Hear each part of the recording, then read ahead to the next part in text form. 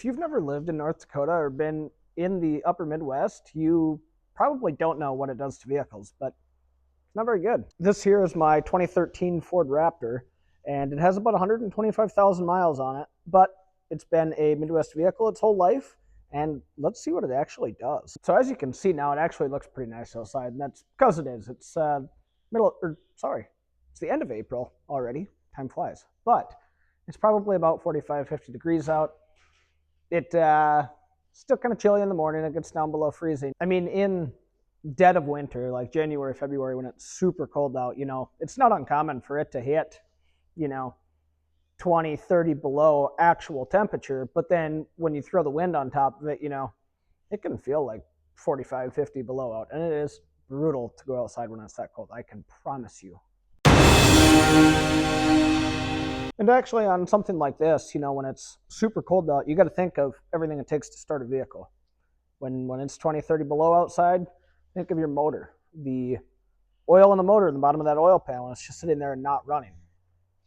The viscosity of that oil is significantly different on a day when it's 30 below than it is a day like today. And honestly, even driving's a lot different. Like if you don't let them warm up for at least 10 or 15 minutes, I really don't even like driving a vehicle when it's that cold out because, like I just mentioned, the motor, you gotta think of the transmission fluid, the front end here, everything is super stiff. The tires, when it's really cold out like that, it almost feels like they're flat.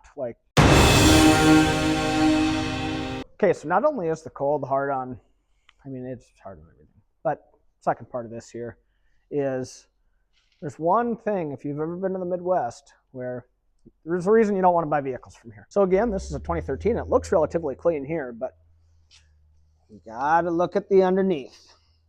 There's a cab corner that's starting to go pretty good. It's still solid, but it's just surface rust. But even in here, literally everything on a vehicle like this is rust. A lot of this is just surface rust, except for in the body, and it's expensive to fix. I don't know exactly what it is, but like a cab corner, and I don't know if we'll be able to see it here, but even the rockers are pretty rusty, and them are probably a couple $1,000s to fix.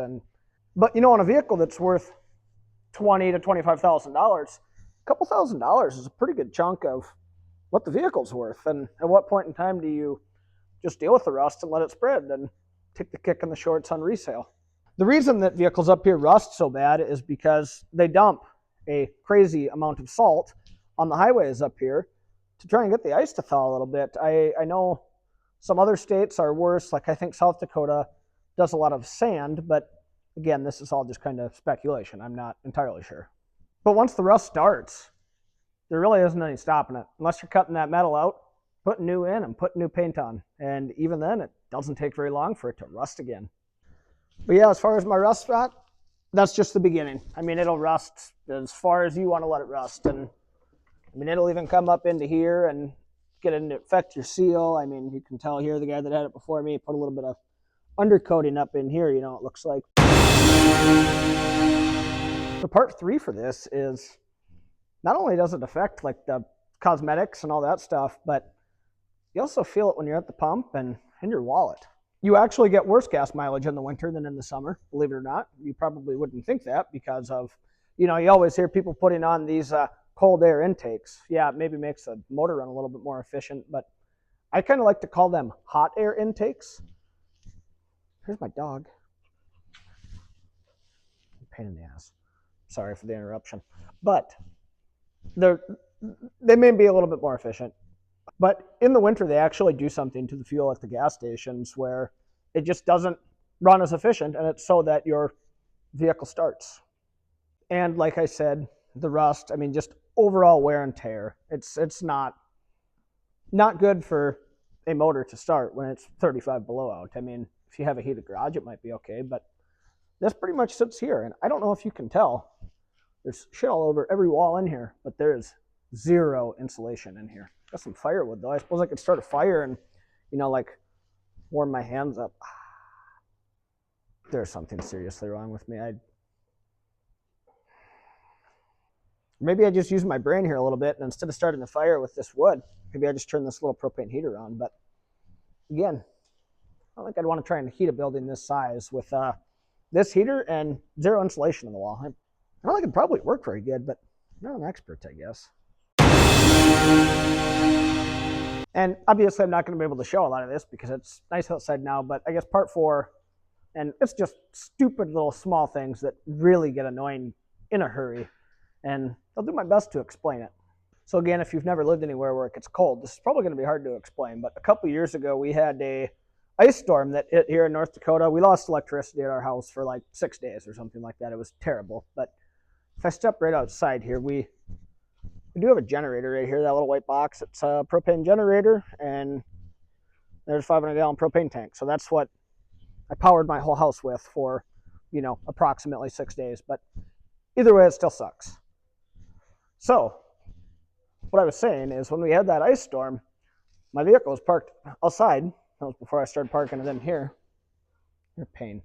But the entire outside of this vehicle had like a half-inch of ice on it. So, you had to take, I don't remember what I took. I took something and just basically chipped the ice away and had to chip around this whole door seal so I could get the door to open to start this. And then I went and parked it in the heated shop on the back side there. And I mean, it took quite a while for all that ice to melt off. One of the other really small, really dumb, annoying things is it really never gets warm if you're going on a short drive. If you're not going to drive this very far, it never really warms up. I mean, it could be, if it's 20 below outside, it really, truthfully, might never get above 30 or 40 in here if you're only driving a couple miles. It takes a while to warm up. I don't know if you guys are going to be able to see this, but there's my finger. There's Maple. There's a cat right on the other side. You can see right between Maple's waist there. The cat drinking water out of the kiddie pool, and I don't really know why, because that water's dirty, and the cat has clean water up there on the porch. I'm sorry, I have a worse attention span than a dog. I mean, when they say squirrel, and the dog looks, and what? And that's me. My attention span is terrible. Yeah, like I said, it's really bad. Okay, let's go back to what else is annoying with this when it's cold outside. The one other thing that really annoys me is windshield wipers. If you haven't lived in the cold, you're probably not going to know what I'm talking about. But a lot of the time, you'll see people with both windshield wipers sticking straight up like this, and it's because when they're down on the windshield, moisture collects here, and then when your vehicle warms up, that turns into water, obviously. That's what happens when you warm ice up. But then it freezes again, and you end up getting ice right along that blade, and then every time you turn the windshield wipers on, it goes wah, wah, wah, wah, and it does essentially nothing. And there's been times on the highway I've had to pull over and try and break the ice off the wiper blade with my fingers, and you freeze your dogs off the whole time because it's brutally cold out. But it's also nice to be able to see when you're driving. Actually, maybe you guys don't like seeing when you're driving, but me personally, I assume see when I drive. But honestly, I mean, that's just part of living somewhere like this. I like it here. I live out in the middle of nowhere. I have to drive 20 miles to work every day. I don't have people around me. I have quite a bit of privacy, but like I say, it's just part of living here. If you own a vehicle in North Dakota, or honestly, even anywhere else in the upper Midwest, you either take care of it or winter takes it from you. It's really hard shopping for used vehicles here because most of them have that. And as you can see, this side here isn't as bad. But that's why I'm trying to take care of this. I want it to last. I like the vehicle. But it would be nice having something that could tow a little bit more, because that back there is heavy, and they don't really like tow. Oh my God. But that back there is heavy, and they don't really like getting towed that much. I mean, if you had a 3/4 ton, it'd probably be better, but I don't have money to spend on that.